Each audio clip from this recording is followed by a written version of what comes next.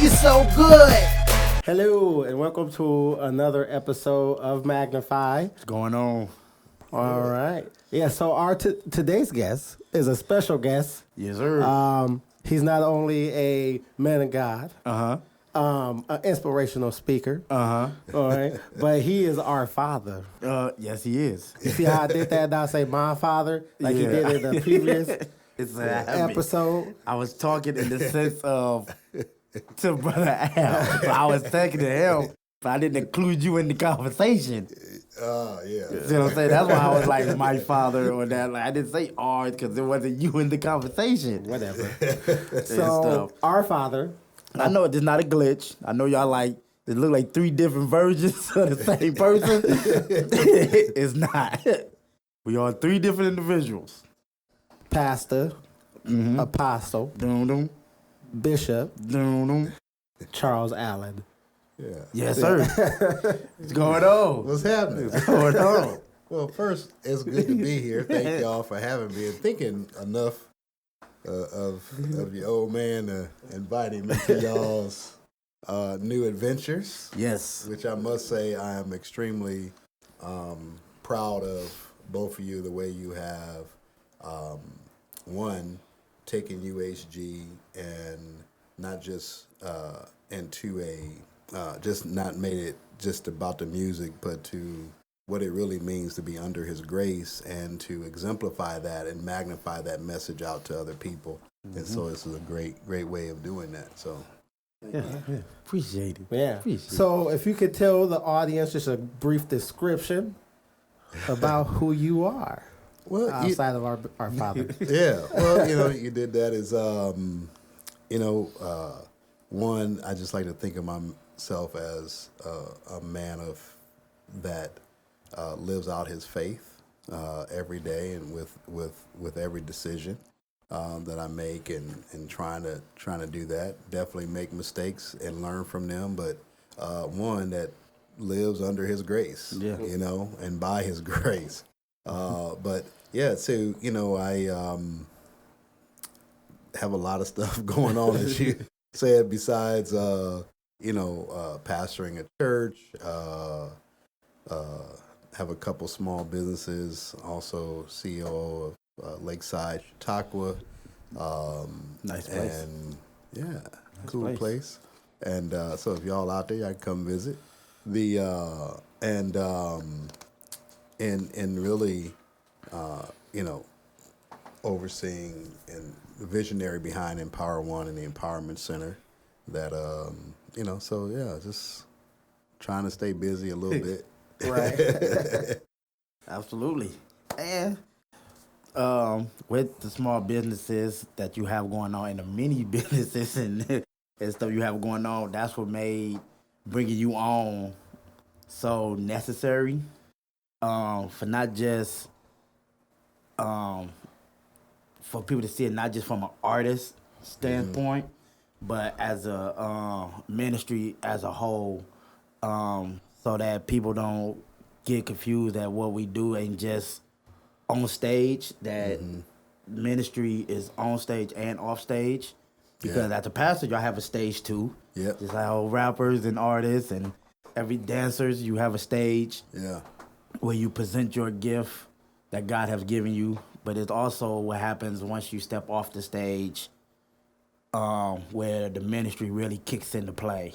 Yeah, and I think what makes the ministry, or whether I'm preaching or am I doing a motivational talk or whatever the case may be, or running a business or doing those things, what makes the stage or what people see better is when you actually live it every day, right? So if you just, get up and get on stage just to perform, then that's all people get is that performance. Yeah. But when when you live it, they not only get that performance, they also get that life, and you're pouring into them, and you're sharing your life now at a different level for everybody else to feast off of. Yeah, absolutely. And that gets us into our first question. How do you navigate your gift with a small support system, whether it's just family support, money, where you're located? Just how do you navigate your gift when you have a small support system? Yeah. Well, that's a great question because I would think now, sometimes I think back and think that being raised by my great-grandparents, like they would be able to see me at this stage of my life because they was there to support the beginning stages of ministry, but have, passed on. But I think the one thing about a small support system is if you think of it as a small support system, that's what it is, right? It's your perspective on it. I love this scripture when I think it was Elijah, his servant wakes up and he goes outside. He sees them surrounded, and then he comes back in panic and he says, hey, we're surrounded. We're about to die. And so Elijah says, go back and look again. And as he went back and looked again, he prayed that God would open his eyes, that he would see there's more for us than there are against us. And sometimes we may think it's a small support system, but what is the heavens? How is the heavens supporting you? How is God supporting you? Right? Like what does God has behind you that you can't even see? Right? So I've come to grow, and I didn't always think like that, but I've come to grow to believe that even though what I see may be small, is much larger in the spirit. So and I think that's the thing we're navigating. And even if what you're doing may start out small, right? Like, don't look at the numbers. Pray for the impact, right? Like, because sometimes we'll post something and then be like, oh man, that didn't get enough likes, or that didn't get enough views, or this and that. Well, the moment you stop looking at the numbers and start thinking about the impact it made on those that did view it, right, or those that did hear it, then now you have to think that the impact is still will always outweigh the number of people who watched it. Yeah. Because the person who watched it may share it with thousands of other people, right? So I think that it's been my perspective on small, and so I was blessed, and I say blessed now because I didn't feel blessed when I first got started, but I was blessed not to have a large support system because it taught me not to depend on that support system, right? Yeah. Like, because when you realize the same people that that shouted Hosea, to Jesus walking in was the same ones that shouted crucify him, right? So that whole process of going through, I just saw on the screen, like, trust the process. Like, that's a process that you have to go through sometimes to know that if you're faithful over a few things, then God can give you much more, right? Like, don't despise the days of small things, right? Like, don't look at it as, oh, this is small, like this is, or I don't have that much support, or if people would support me. Learn how to support yourself, right? Learn how to be your biggest, if I'm going to be my biggest critic, I should also be my biggest advocate, and I should also be my biggest fan, Now, not like big head, I can't hear nothing, but I should always be my biggest encourager. Let me say it that way, right? David, when he didn't have no encouragement, learned how to encourage himself. Yeah. Right? So that's how I navigate those seasons and those times. And being an entrepreneur, you have large seasons and you have small seasons. If you start something off again, it may not go as well as you thought it would go. Then you have to readjust and rethink some things. So. Yeah, absolutely. And then, like you said, like, when you have that big support system, you forget to rely on God. Yeah. And let him guide you through whatever it is that he put inside you to do with that gift. I was at a restaurant the other day, and I went for the door. The door was heavy.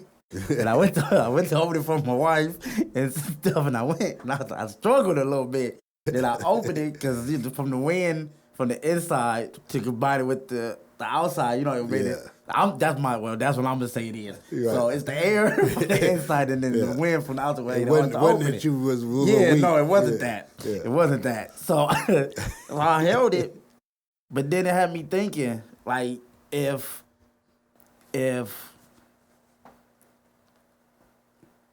God opens every door, or you would come in the game expecting for every door to be open, you would never realize how heavy that door was to open. The struggle was to open it.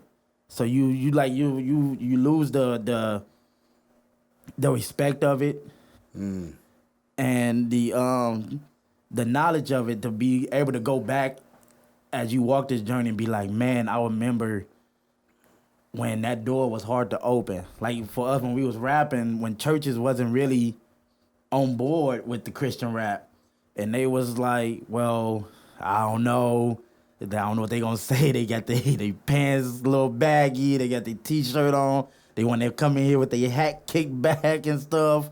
Is they really gonna be, what are they talking about? Yeah. And stuff. And then it wasn't until you got in there like, okay, these kids is actually talking about something. They actually rapping something and stuff like that. So it makes you appreciate the gift even more and stuff as you make this walk and stuff. So like that small support system, sometimes it is a blessing in the middle of it.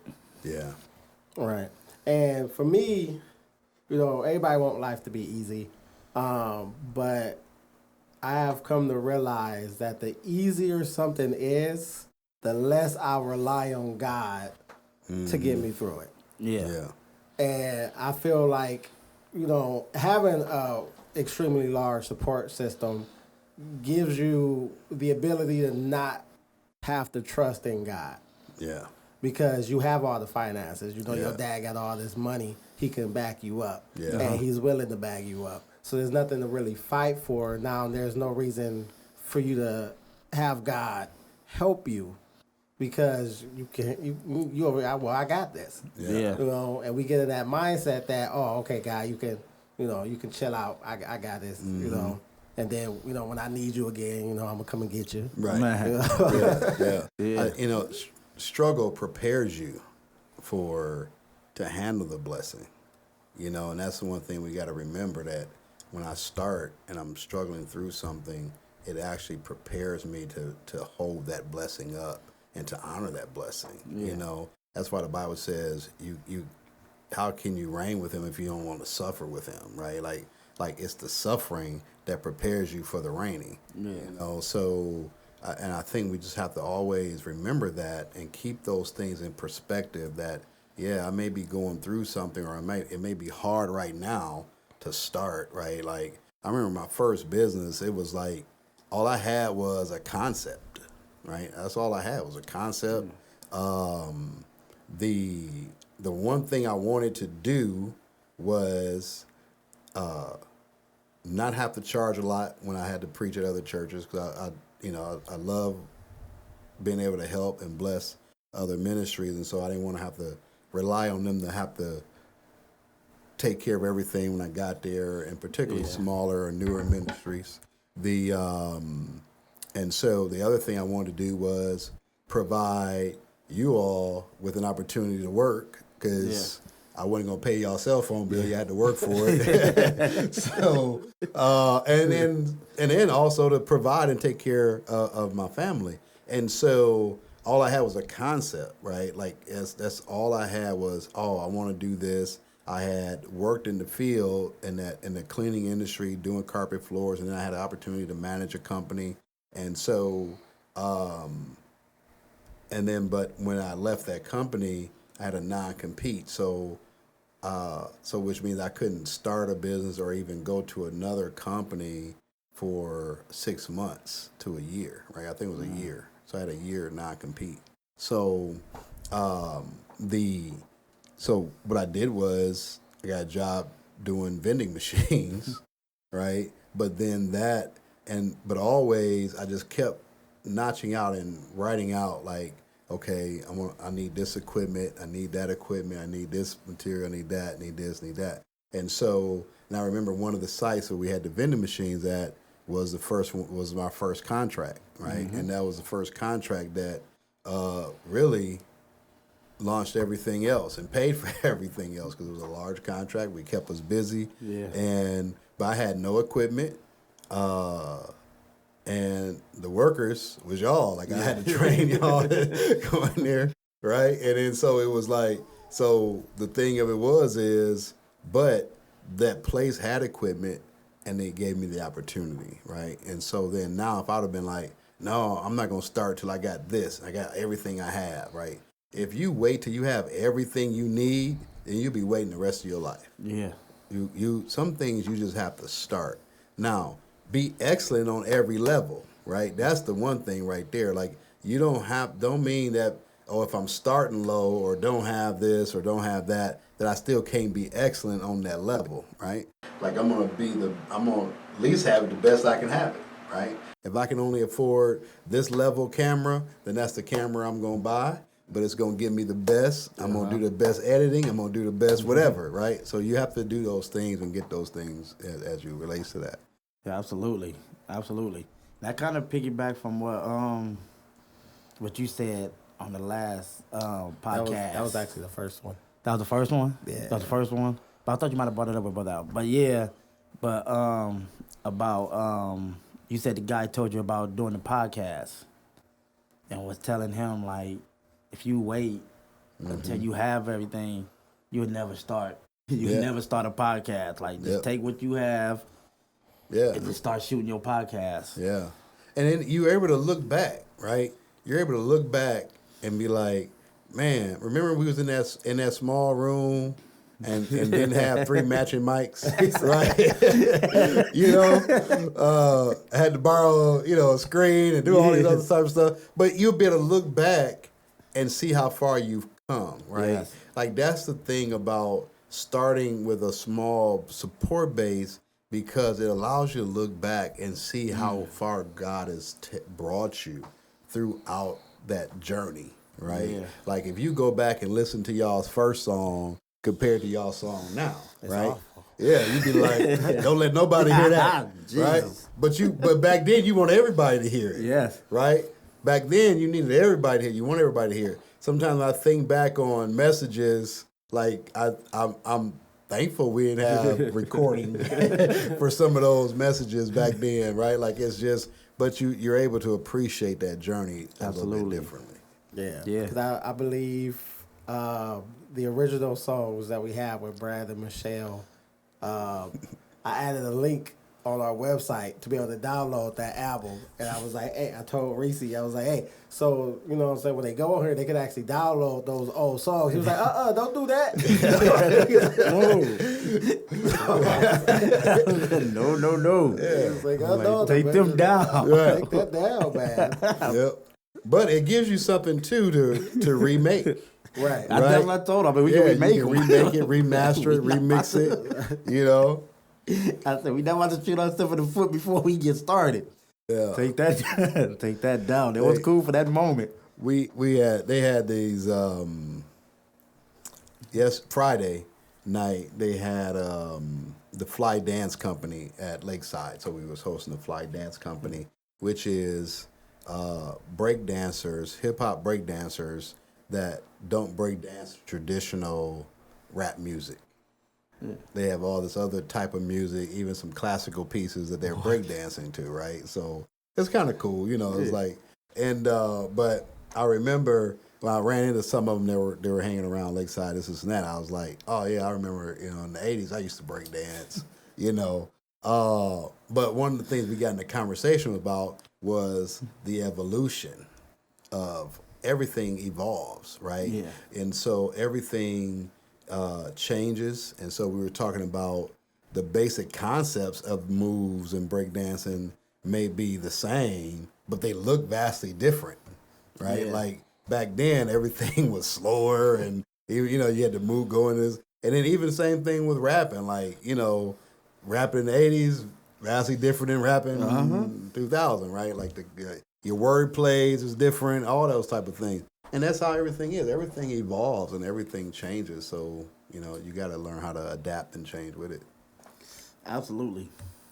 And what gets us to the second question is, can you be bigger than where you're at? So many times we hear from different artists or whatever, like, hey man, y'all gotta get out of Toledo. Yeah. If y'all wanna make it, y'all gotta get out of Toledo. And you'll hear that a lot, you know what I mean? Like, people tell you need to relocate in order for your career to take off. You need to relocate in order for for anything to happen. They tell you gotta leave from where you're at. So can you be bigger than where you're at? Yeah, I think you can. You can definitely outgrow a place, right? You can definitely outgrow places to the point where you're stalemating. Now, what I say about that is that you have to. Someone told me, matter of fact, it was Bishop Michael Pitts that said, if you want to do something more, you got to jump over the wall, right? You got to go. You got to find a way to get over the wall, even though you may live inside this wall of Toledo, but you need to jump over the wall. You got to put your material, you got to get your stuff in different markets, right? So and that's what it is. Like, sometimes you have to get in different markets. Now, sometimes that does mean moving, right? Sometimes that's saying, hey, I got a dream, I got a vision, I'm gonna go do that, right? And then sometimes it means, how do I put it into other people's hands that's in other markets that can then now invite me into that market, right? Introduce me into those things. So whatever that plays out, but you can definitely outgrow a place. But now, here's the thing. Don't outgrow a place in your mind as you haven't outgrown it in reality, right? Like, you can be like, oh, I'm big, but no, you're not, right? Like, you can. So, and the actuality is, maximize every opportunity that you have where you are, right? And I remember when we were leading True Light Cathedral, right? That I remember that one little small one-room building that had like a little, I don't even know what that little back room was. It's like I think a hallway, kitchenette or something. and it had a bathroom, right? That was it. That was it. So what I would do was every day set a table up in the back, just a folding table with a chair, and that's where I did my business at. And then if y'all recall, every day there was something going on inside that building, right? We maximized the heck out of that building, right? And then we got blessed with 4-5 times the square footage. Yes. That was that building. And so it was like, and maybe even 10 times as much square footage. But the thing of it is I had to maximize that space first, and you drain every bit of it out. So you have to ask yourself, have I done everything, right, to be invited to every church that I can possibly be invited to?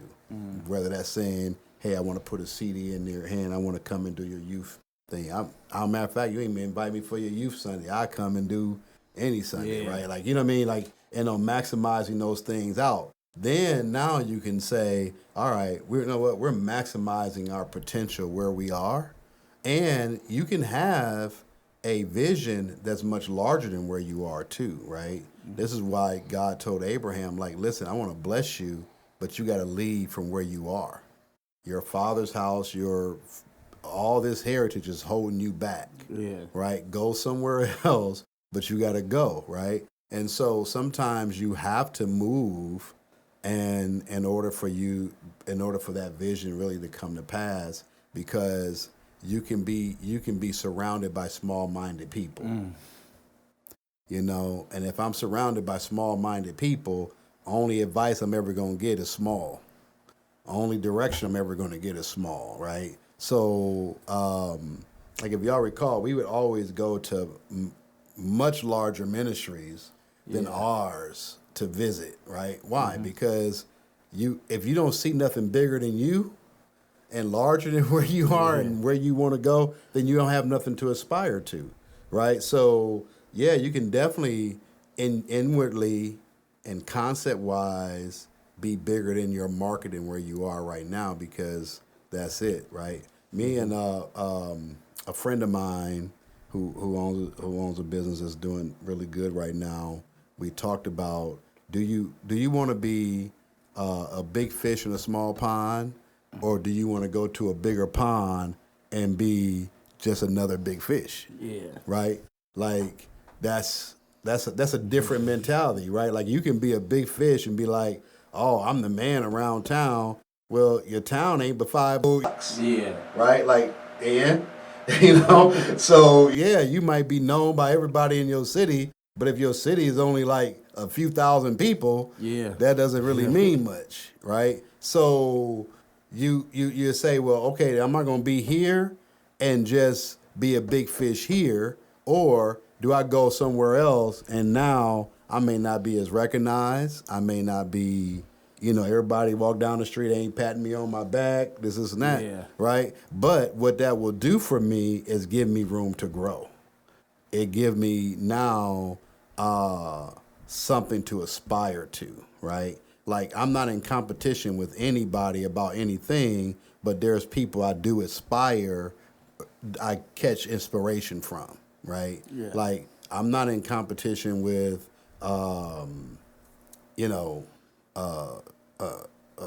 Bishop Jakes, or I'm not in competition with Omar Johnson or anybody else that's doing, big things, right? But I can learn from their mistakes. I can learn from what they're doing. I can aspire. It can increase my aspect of vision.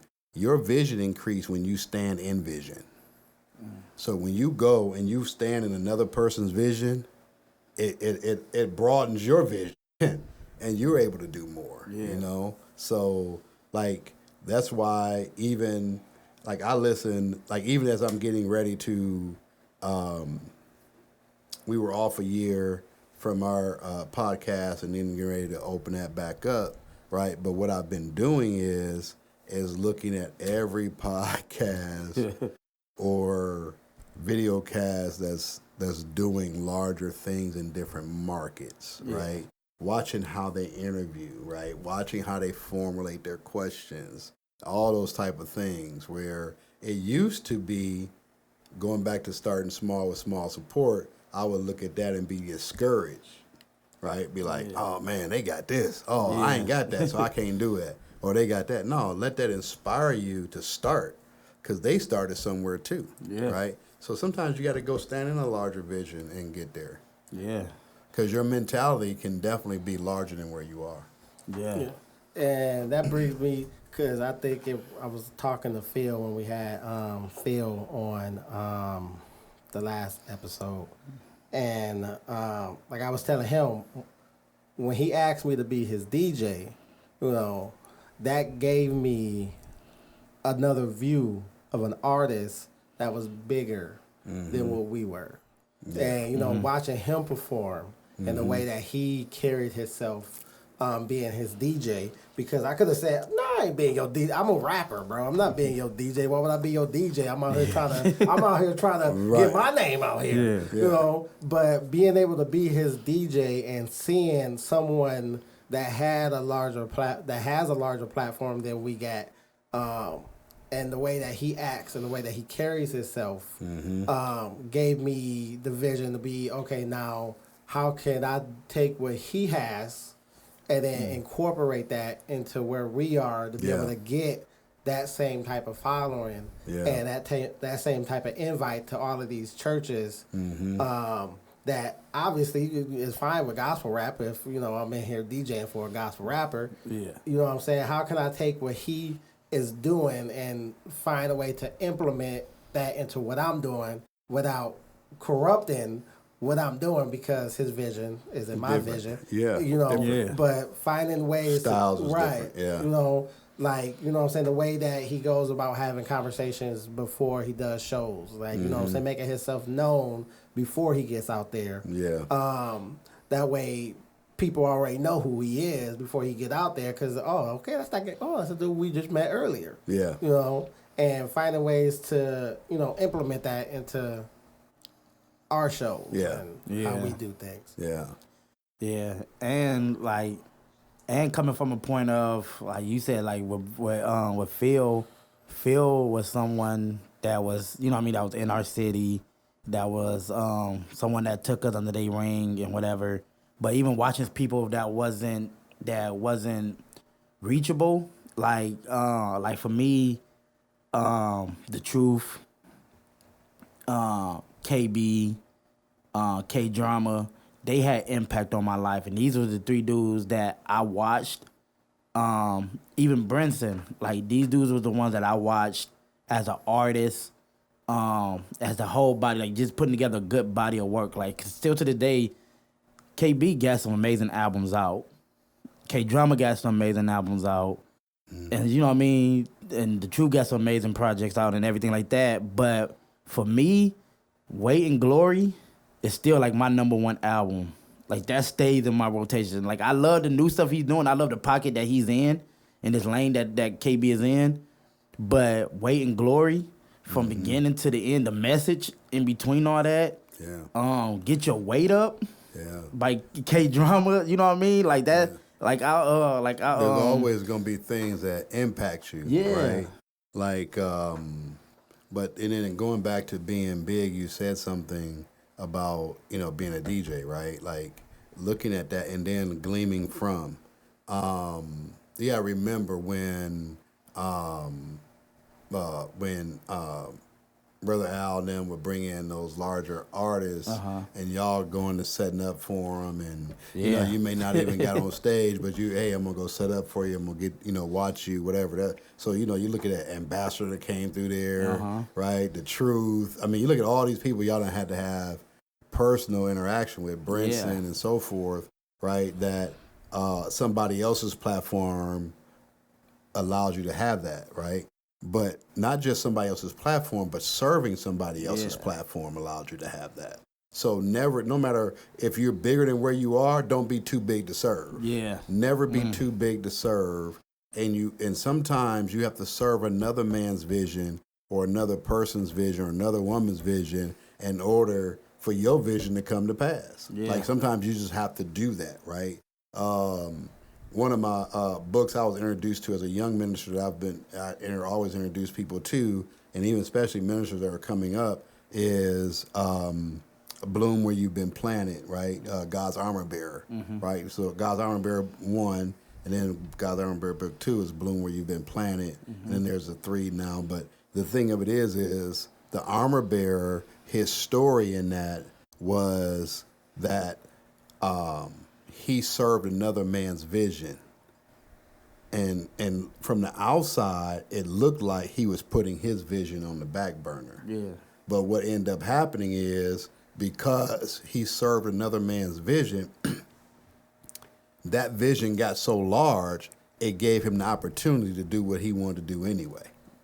Right? So he wanted to start all these schools and be the head of these schools around the country and around the world, actually, to train people in ministry. Well, this person over here wanted to build a ministry in a church that affected the world, right? So he served him. That church started affecting the world, which then led to training centers all over the now schools, right? So it's like those type of things that you got to realize, like, hey, you know what? No matter how big my vision is, I'm not going to be too big to serve. And I think that's the thing that we have to always aspire back to. No matter how big I think I am or how big something is inside of me, I'm never too big to serve. Now you got to know when it's your time to go, right? Like I love like watching people like Kev on stage. Yeah. You know, because I think secretly in my secret life, I probably wanted to be a comedian, you know. But the reason I like watching him, I got introduced to him back when he was producing shows for Def Jam, right? So here it is, he's producing shows on YouTube for Def Jam, and watching that, and then watch him do these skits called dad jokes, right? You know what I mean? Like, and then he started doing these. Different shouts in church, shouts. Right? So you go back and look at those videos to what he's doing now. Now he has his own streaming platform.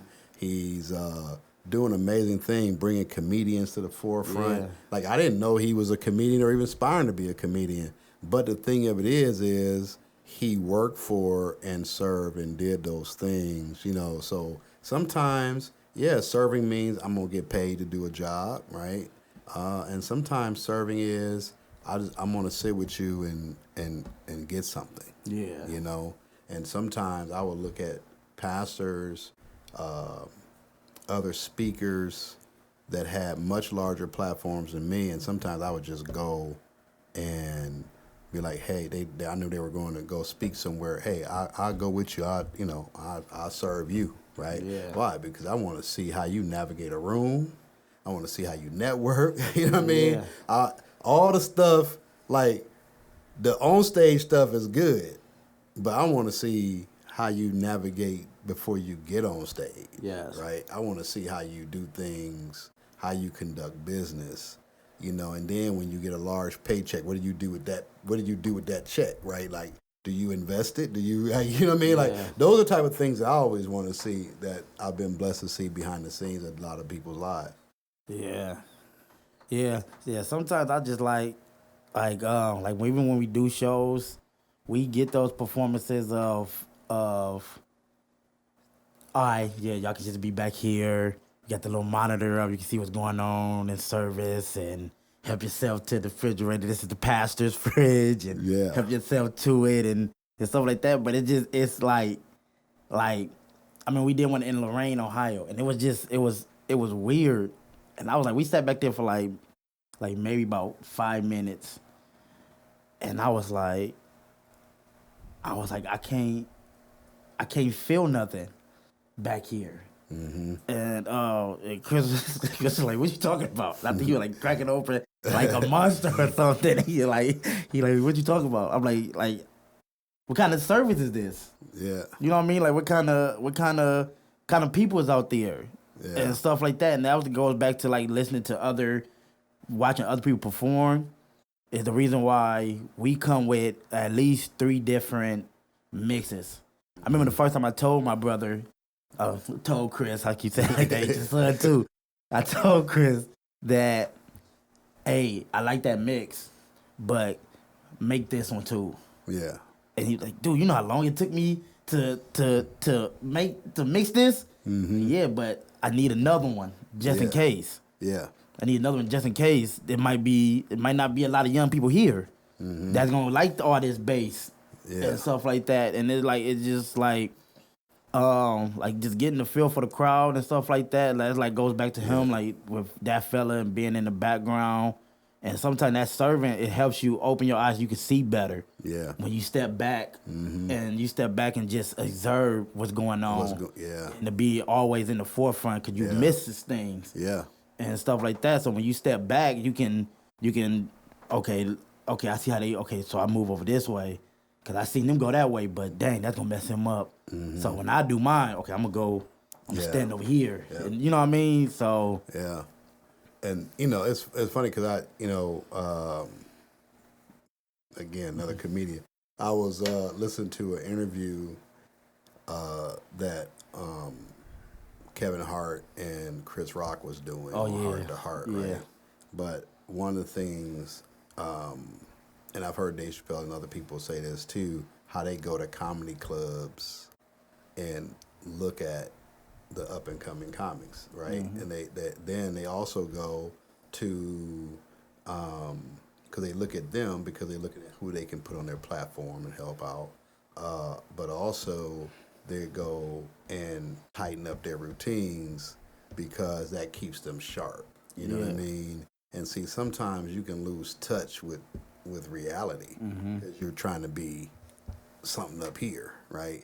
They'll never lose touch with reality. Always stay grounded, right? So when you stay grounded, it is, oh, I'm not going to sit back here in the green room and act like I'm just the important person waiting to be called up to close the show, right? Like, no, I'm going to go out here and see how they ripping this thing, how they doing it, you know what I mean? Like, I'm going to see, because I'm still learning, right? If you're alive, that means you're still growing. And if you're still growing, you got to be learning. That's the only way you're going to grow is to learn, right? And to get that wisdom and get that knowledge and get those things. And there are certain things books will never be able to teach you. You're just going to have to watch and learn, right? Like you won't be able to read it and get it. You have to watch it, learn it, and then implement it. Yeah. Yeah. And on that note, the final question is, what are some of the things that that you like faced while while navigating this walk, like looking back at, like how you said, looking back at your life now and stuff like that, like, okay, I I could have went this way, but even though I didn't go that way, it still led me, where God wanted me at the end of the day. So what were some of the struggles that you face? Two great deliverances outside of sin was deliverance from people and deliverance from myself, right? So deliverance from what people thought or said, because sometimes we adjust to what people want us to do. Well, that's not always good, right? Not to mean that it's not always bad, because I believe wisdom comes in the multitude of counsel. But who am I getting counsel from, right? If I'm not getting counsel from somebody that ain't doing nothing, then, what I will learn from you is don't do what you're doing, right? Yeah. Do something, right? So, but the thing of it is that I had to be delivered from people, and I struggled a lot in starting because I didn't know my own identity, right? I wanted to sound like somebody else, or looking at somebody, I felt like I had to be like this person or do like that. And so now, in order to be delivered from people, that also meant I had to be hurt by people, right? Like, and I can remember starting off in ministry and not having money to buy the suits and the shoes and this and that, and then being talked about by other ministers about how I dressed and all those things, right? Or I was in a circle of people that was great preachers, but they were hoopers and this and that. So because I didn't preach like that, then it was I didn't feel like I was being valuable or being heard, or people invited me to do those things. And so I had to, be delivered from those things, but it also meant I had to be hurt by those things too, in order for me to wake up and be like, why are you aspiring to be that when you need to learn out who you are, right? Yeah. And so then being delivered from myself is taking the limitations off of me, because of some of those things, I put limitations on my own life and be like, well, this is all I can do, or this is all I have, right? And so struggling through what I thought about myself was something I had to overcome, and still overcome, right? Because sometimes you'll get locked in your mind about, oh man, like, well, I don't have this education, right? Yeah. I'm in a room full of educated people. But if God has you in the room, he has you in the room to be who you are. You know what I mean? Yeah. Once a month, I meet with a group of guys, all good businessmen, lead businesses, or top executives in their field, and all of them way more wealthier than I am, has been in their field for years. But I put myself in that room in spite of intimidation, in spite of those things, because one, God opened that door. So then what do I have of value that I can add to the conversation, right? I remember when I first went in there, I would sit back, be quiet, wouldn't say nothing. wouldn't do anything. And I realized the wisdom that God put in me, they need it just as much as the wisdom God put in them. I need it, right? So the aspect of going through that time of struggling financially is one thing, right? Like that's like that, okay, but that can always change, you know. In some aspects, you're sort of in control, right? Like if I got a job, I'm not making enough money, I can go get another job, or I can get a side hustle, right? Like I'm kind of in control to some degree of that aspect. But what I'm not in control of is another person's perspective or opinion of me. And I don't remember who said it, but somebody said, what somebody else thinks of you is none of your business. It's none of your business, right? Like, and you have to, like, stop worrying about what other people are saying. Yeah, it's good to, okay, what are the people saying? What do they want, right? Like, those type of things is good every now and then to read a comment or whatever the case may be, but don't get lost in that, you know? Growing up as a son of a performer and artist, I've learned that if you can't accept the criticism, don't accept the applause. Yeah. You know, so it goes both ways. But don't let the applause capture you, and don't let the criticism capture you. Yeah. Right?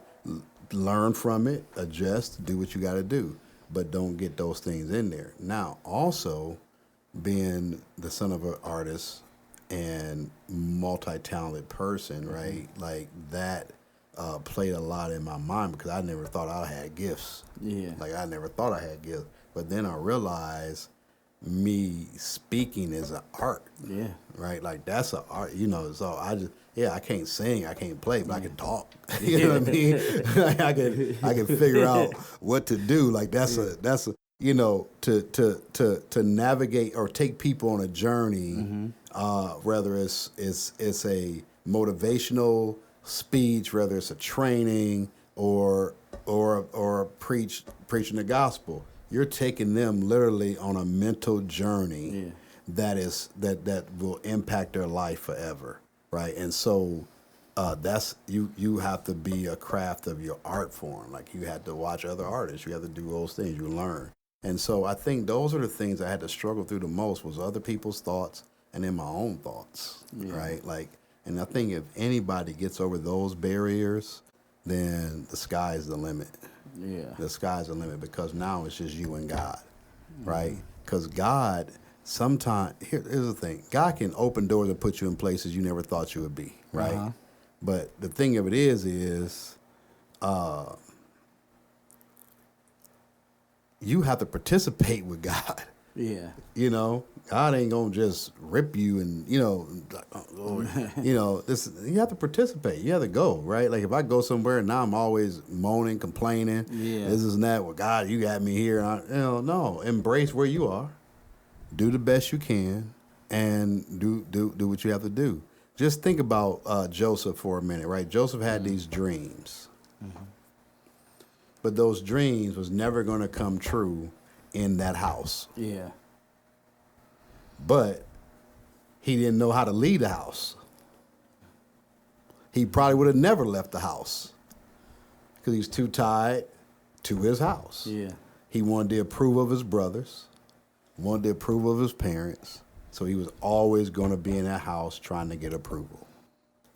So his brothers had to hate him in order for him to leave. And he still didn't leave because they hated him, right? They had to hate him enough to sell him into slavery in order for him to leave. So my point to people is, if you have a dream, don't wait for somebody to hate you enough to try to sell you off in order for your dream to come to pass. Have enough guts to ask God, how will this dream come to pass? What do I need to do now in order for this dream to come to pass? Yeah. Where do I need to be in order for this dream to come to pass? And then follow God. Follow God. Yeah. Because if you keep following your own mind, you keep following other people's opinion, you're gonna always end up in just going in circles. Yeah. And so you got it. So those are my biggest struggles, and still sometimes I have to watch myself from getting caught up in that trap of what I think and what other people think. Yeah. You know, because it's funny. You can be having a great day. You can have 5 pats on the back, and one negative comment can ruin your whole week. you be like stuck right there in that negative comment, and take what you can and throw away the rest. Yeah. Right. Like that's if I can learn from that comment, then I learn from it and then throw away the rest. Yeah. And to piggyback off of the claps and then the criticism, like I had to face something that was one of the toughest things I have to face being a father so far. Carice came to me. I picked him up Friday. Was it Friday? No, it was Thursday. Mm-hmm. He had football practice. And so I dropped him off. I go see my daughters. She joined this little, she didn't want to cheerlead this year. She wanted to, so she joined this cheerleading camp just to keep her. I was like, well, you got to, you got to do something. Yeah. School is out. You're not about to just be sitting around. So whether you playing or not, you got to go do something. And Alicia's old coach hit her up and was like, hey, man, I'm trying to start this cheer camp. I heard you had a daughter. How old is la. So we put her in it. They had like a little showcase. It was like a week thing. They just learned different little hand movements or whatever, and they showed their parents different hand movements. So I left there, went to go get Carice, went to go pick him up. He gets in the car, and I could tell something was off. Because usually he gets in, and he hyped from practice. Yeah. He telling me, because the last time I picked him up, he told me what position he was playing. He was like, I'm about to be wide receiver.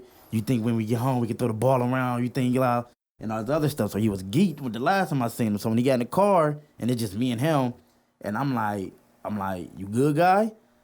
And he was like, no, I think I want to go back to the Broncos. And I was like, for what? I told you the reason why you can't play for the Broncos this year is because they moved it out too far and stuff like that. And I'm like, can't happen.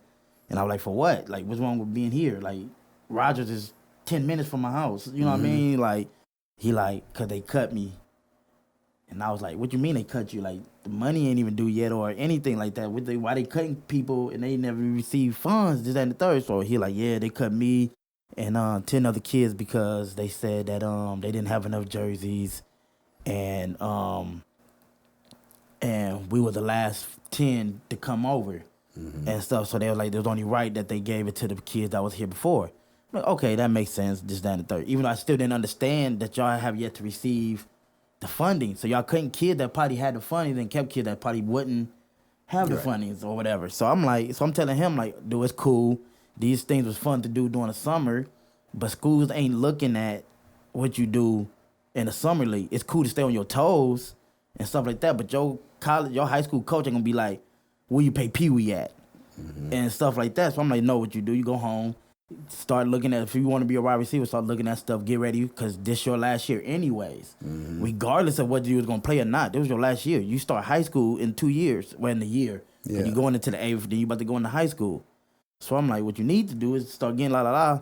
So I'm talking to my wife about it, and she like, well, I'm just going to have to sacrifice some stuff, and I'm just going to take them over there to the Broncos. And I told her, I was like, no, you're not. I'm like, no. And she's like, why not? And I'm like, no, because he need to learn what is his bounce back. Yeah. If he's going to always get a yes on these teams, what he's going to do when that first no come? Yeah. Like, what is your bounce back? If this is what you really want to do, if football is really what you want to do, you're not going to let this no stop you. Right. And I'm like, I already had to talk with him. Yeah. Like, I already had it. You look at Michael Jordan, how many times he got cut? You look at, all these things. Magic Johnson, wasn't even wanted on the Lakers. His coach didn't even want to put him on the Lakers. You know what I mean? Like, it was just, so you look at these things, like you said, it has to be a bounce back. You have to take the good with the bad. And you got to learn from those experiences and let them grow you and not defeat you. Yeah. Yeah. And then, I feel like some people halfway listen to God. Like when God gives them a direction where to go, they like somewhat don't. Like they know what the destination is, and God's telling you how to navigate, but you're not listening to fully how to navigate. Like last Sunday, I was getting my daughter ready for church. So we're going to church. That's our destination. She knows what our destination is. We're going to church. So certain shoes she don't know how to put on. Yeah. Some shoes she can't. So I'm like, grab these shoes. She don't know how to put those shoes on because I keep them tied. So it takes a minute to force them on her foot without me having to untie them. So I'm like, just grab your shoes and then go sit on the couch. So she grabs her shoes. She goes, sits on the couch, and then she tries to put her shoes on. So she cries when she gets frustrated or whatever. Yeah. I'm like, bro, what are you crying for? So I can't put my shoes on. I'm like, I never told you to put your shoes on. I just told you to grab your shoes and then go sit on the couch. And then I'll be over there to help you put your shoes on like I do any other time. But you took it upon yourself to want to try to put your shoes on, and now you got into a situation, and now you're frustrated, and now you want to cry because you're frustrated. Yeah. But for what reason, though? Yeah. Because no one told you to go that far. Like, if you would have just listened, you would, this feeling you feel right now would have never happened. Yeah. You took a step further than what God told you to take. Right. You know what I'm saying? Now I got to yell at you, because what are you crying for? Yeah. Like, there's no reason for you to be crying. Because sometimes you have to go and be patient enough to wait on that next step. Right. Yeah. Or for God to do something that he said he was going to do. You got to wait on it. Like, I was, me and Jasmine was watching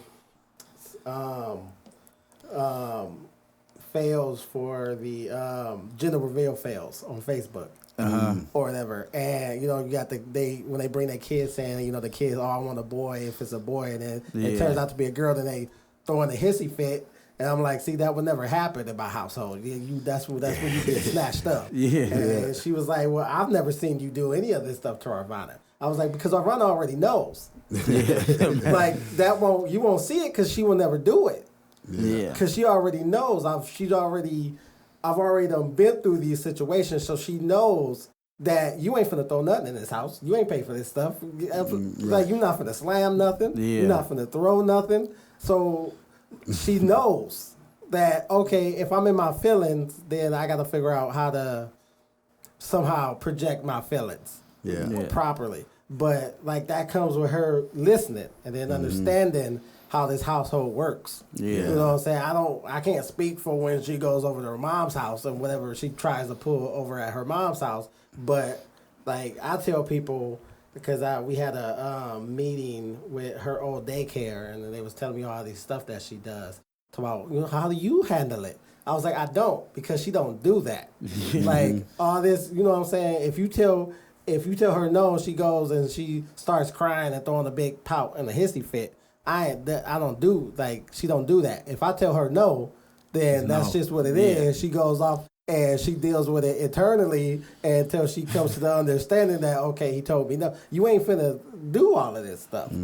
But you gotta, you know what I'm saying? But that comes with listening and then learning, you know what I'm saying, how to operate, you know what I'm saying? Just like if you go to a job, like, you know what I'm saying? And the correction. Right. Like, it comes through listening. When I fail, I'm corrected.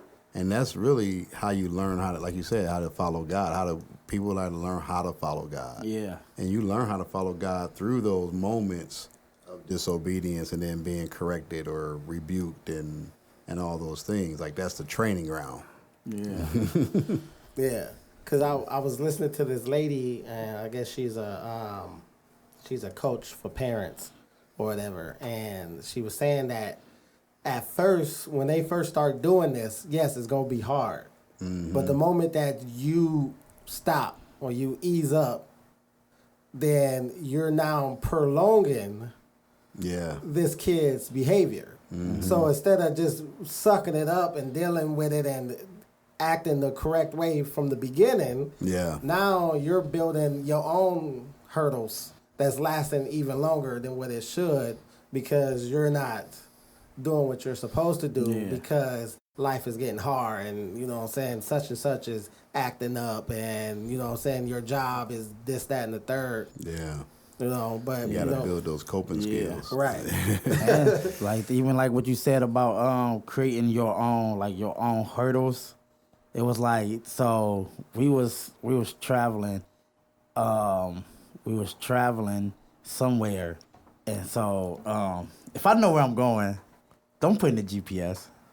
Don't do that, cause I know where I'm going. I don't want to hear, you know what I mean. And sometimes she'll do it, and then I stick and hear it over the music, and be like, dude, I know where I'm going. I made this route a couple times, but I didn't know that, you know what I mean, that the GPS also navigates construction zones and stuff like that. And police. So, and police. Yeah. So I'm driving, and I'm like, they like, keep straight. I'm like, no, I make a left right here. Like, I know this because I've tried to pick out stuff to let me remember. Like, I remember this bush. Mm-hmm. This bush means, you know what I mean? I find stuff so that I ain't got to navigate, you know what I mean, use my phone no more. You know what I'm saying? If it's a red fence, but okay, at the red fence, I make a right. Yeah. And I just put that into my mental. So I'm like, no, it's right here is where we go. And then I didn't know that street was blocked off. So by me going down that street, it made me go back around, but it took added like an extra half hour to our trip and stuff when I should have just listened to the navigation that was laid out before me. Yep. And it's like, that's so many times with our careers and stuff like that we get caught up, like how you said, sometimes we get caught up in what we see the other people's doing before us and stuff like that, and we feel like that's the same path we have to take. Yeah. And stuff like, no, that's what the Lecrae went right and made a left. Mm-hmm. And look what Hey, I just want to thank everybody for tuning in to another episode of Magnify. I appreciate y'all coming out and tuning in. If you would like to watch the full episode, you can check that out on any local podcast channel, Spotify, iTunes, all of that. They will be on there. They will also be on our website if you want a more direct link to the full episodes. I just want to thank a couple of our sponsors, which is U.H.G, obviously, and then the Empowerment Center of Toledo. Their website will be in the link below if you want to check them out. They are the one who is allowing us to use this space and a couple of their equipment that they have. So I appreciate them for allowing us and giving us the opportunity to use their location to do this podcast in. So like I said, their description is in the link below. Our website is in the link below if you would like to know more about what we do and other fields that we're venturing into. But thank you so much for tuning in. I really, really appreciate it. And y'all have a blessed day. Oh, this is going to be so good.